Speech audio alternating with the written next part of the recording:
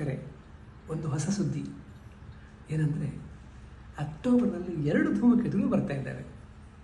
ಈಗಾಗಲೇ ನಾವು ಪ್ರಚಾರ ಮಾಡಿದಂತೆ ಒಂದು ಸುಚಿನ್ಸಾನ್ ಅಟ್ಲಾಸ್ ಧೂಮಕೇತು ಬಂದಾಗಿದೆ. ಸೆಪ್ಟೆಂಬರ್ 27 ಸೂರ್ಯನ ಹತ್ತಿರ ಬಂದು ನಾನು ಹಿಂತಿರುಗ್ತಾ ಇದ್ದೇನೆ ಅಂತ ಹೇಳ್ತಾ ಉಂಟು. ಈಗ ಬೆಂಗಳೂರಿನಲ್ಲಿ, ಉಡುಪಿಯಲ್ಲಿ ಎಲ್ಲ ನಾವು ನೋಡಿಯಾಗಿದೆ. ಇಡೀ ವಿಶ್ವಕ್ಕೆ ನಮಗೆ ಆ ಧೂಮಕೇತು ನೋಡಿಯಾಗಿದೆ. ಇದು ವರ್ಷದ ಧೂಮಕೇತು. ಇನ್ನು ಈ ಧೂಮಕೇತು ಶತಮಾನದ ಧೂಮಕೇತು ಅಂತ ಇನ್ನು ಕೆಲವೇ ದಿವಸದಲ್ಲಿ ಹೇಳ್ತೇವೆ. ಅಕ್ಟೋಬರ್ 8, 9, 10, 12ನೇ ತಾರೀಕು 8, 9 ಕಾಣುತ್ತೆ. ಅದರಲ್ಲಿ ಪಶ್ಚಿಮ ಆಕಾಶದಲ್ಲಿ, ಇಷ್ಟು ದಿವಸ ನಮ್ಮ ಕಂಡದ್ದು ಪೂರ್ವ ಆಕಾಶದಲ್ಲಿ, ಇನ್ನು ಪಶ್ಚಿಮ ಆಕಾಶದಲ್ಲಿ ಸೂರ್ಯಾಸ್ತ ಆದ ನಂತರ, ಮನೆಯಲ್ಲೇ ಕಂಡದ್ದು ಸೂರ್ಯೋದಯಕ್ಕಿಂತ ಮೊದಲು, ಈಗ ಇನ್ನು ಪಶ್ಚಿಮ ಆಕಾಶದಲ್ಲಿ ಸೂರ್ಯಾಸ್ತದ ನಂತರ ಕಾಣುತ್ತೆ. 12ನೇ ತಾರೀಕು ಅದು ಹಿಂತಿರುಗುವಾಗ, ಸೂರ್ಯನ ಹತ್ತಿರ ಬಂದು ಹಿಂತಿರುಗುವಾಗ ಅದು ಭೂಮಿಗೆ ಸಮೀಪ, ಸುಮಾರು 7 ಕೋಟಿ ಕಿಲೋಮೀಟರ್ ಹತ್ತಿರ ಇರುತ್ತೆ. ಆ ಹಿಂತಿರುಗುವಾಗ ಅದರದ ಬಾಲದ ಸಂಭ್ರಮ ಎಲ್ಲ ನೋಡಲಿಕ್ಕಾಗತ್ತೆ ನಮಗೆ. ಅಂಥ ಒಂದು ಅವಕಾಶ ಇದೆ. ಇದು ಈಗ ನಾನು ಹೇಳಿದಂತಹ ಸುಚಿನ್ಸಾನ್ ಅಟ್ಲಾಸ್ ಧೂಮಕೇತು. ಈ ಧೂಮಕೇತುಗೆ ತುಂಬ ಪ್ರಚಾರ ಸಿಕ್ಕಿಯಾಗಿದೆ, ನಮಗೆ ಬೇಕೆಂಬಷ್ಟು ಪ್ರಚಾರ ಸಿಕ್ಕಿಯಾಗಿದೆ. ಆ ಧೂಮಕೇತು ಬರುತ್ತೆ, ಹೀಗಾಗತ್ತೆ, ಇದು ಈ ವರ್ಷದ ಧೂಮಕೇತುವ ಅಥವಾ ಶತಮಾನದ ಧೂಮಕೇತು ಅಂತ. ಶತಮಾನದ ಧೂಮಕೇತು ಅಂದರೆ ಒಂದು ಕೆಲವು ದಿವಸ ಅದರ ಬಾಲವನ್ನು ಬೀಸಿ ಅದರ ಸಂಭ್ರಮೋತ್ಸಾಹ ರಾತ್ರಿ ಆಕಾಶದಲ್ಲಿ ಅಂತ ಇದ್ದರೆ ಶತಮಾನದ ಧೂಮಕೇತು ಅಂತ ಹೇಳ್ತೇವೆ. ಬರೀ ಕಣ್ಣಿಗೆ ಕಂಡ್ರೆ ಅದನ್ನು ವರ್ಷದ ಧೂಮಕೇತು ಅಂತ ಹೇಳ್ತೇವೆ. ಇದೀಗ ಬರೀ ಕಣ್ಣಿಗೆ ಕಾಣ್ತಾ ಉಂಟು. ಈ ಧೂಮಕೇತುವೇ ಬಂದದ್ದಿಲ್ಲಿಂದ ಅನಂತ ಆಕಾಶ. ನನ್ನ ಸೂರ್ಯನಿಂದ ಸೌರವ್ಯೂಹದಿಂದ ಅತ್ಯಂತ ಹೊರಗಡೆ ಕೋಟಿ ಕಿಲೋಮೀಟರ್ ದೂರದ ಊರ್ಸ್ ಕ್ಲೌಡಿಂದ ಇದ್ದ ಕಲ್ಲು ಒಳಗೆ ಬಂದು ಸೂರ್ಯನಿಗೆ ಸುತ್ತ ಹೊಡೆದು, ಆಶ್ಚರ್ಯ ಅಂದರೆ 80,000 ವರ್ಷಕ್ಕೊಮ್ಮೆ ಸುತ್ತಬಹುದು ಅಂತ. ಅಂಥ ಅನಂತ ಆಕಾಶದಲ್ಲಿ ಬಂದಿದೆ.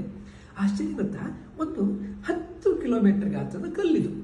ಈ 10 ಕಿಲೋಮೀಟರ್ ಗಾತ್ರದ ಕಲ್ಲಿನ ಮೇಲೆ, ಅದರ ಮೇಲೆ ಐಸ್ ಲೇಯರ್ಸ್, ಯಾಕಂದ್ರೆ ಅಷ್ಟು ಅನಂತ ಆಕಾಶ ಹೋಗಿರುತ್ತಲ್ಲ, ಅಂತಹ ಶೀತಲಕ್ಕೆ ಹೋದಾಗ ಎಲ್ಲ ಅಂಶಗಳು, ಆರ್ಗ್ಯಾನಿಕ್ ಮಾಲಿಕ್ಯೂಲ್ಸು, ಕಣಗಳು, ಐಸು ಎಲ್ಲ ಹೆಪ್ಪುಗಟ್ಟಿ ಇರ್ತವೆ.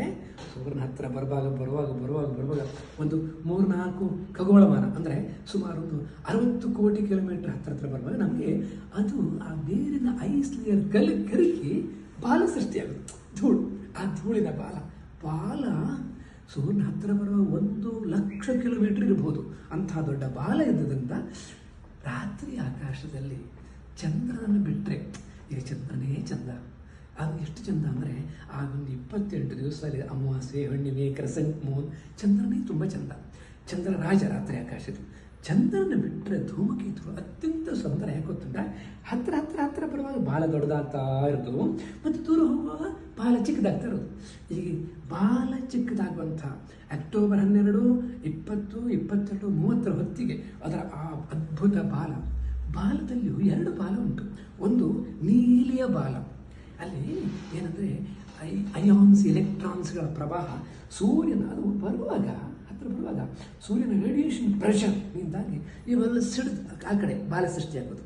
ಆ ಅಯಾನ್ನ ಬಾಲ ನೇರ ಹಿಂಭಾಗಿರುತ್ತೆ. ಇನ್ನೊಂದು ನಮ್ಮ ತೇವಾಂಶ, ಧೂಳಿನ ಕಡೆಗಳ ಬಾಲ. ಆ ಬಾಲ ಹೀಗೆ ಅದು ಸುಂದರ ಚಿತ್ತಾರ ಮಾಡ್ಬೋದು.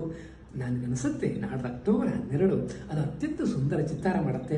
ನೋಡುವರಿಗೆ ಪಶ್ಚಿಮ ಆಕಾಶದಲ್ಲಿ ಸೂರ್ಯಾಸ್ತ ಆದಗಳು ಇದೇನಿದು, ಧೂಮಕೇತು ಬಂದಿದೆ ಅಂತ ಹೇಳುವಂಥ ಒಂದು ಸಂಭ್ರಮ ಸೃಷ್ಟಿಸುತ್ತೆ.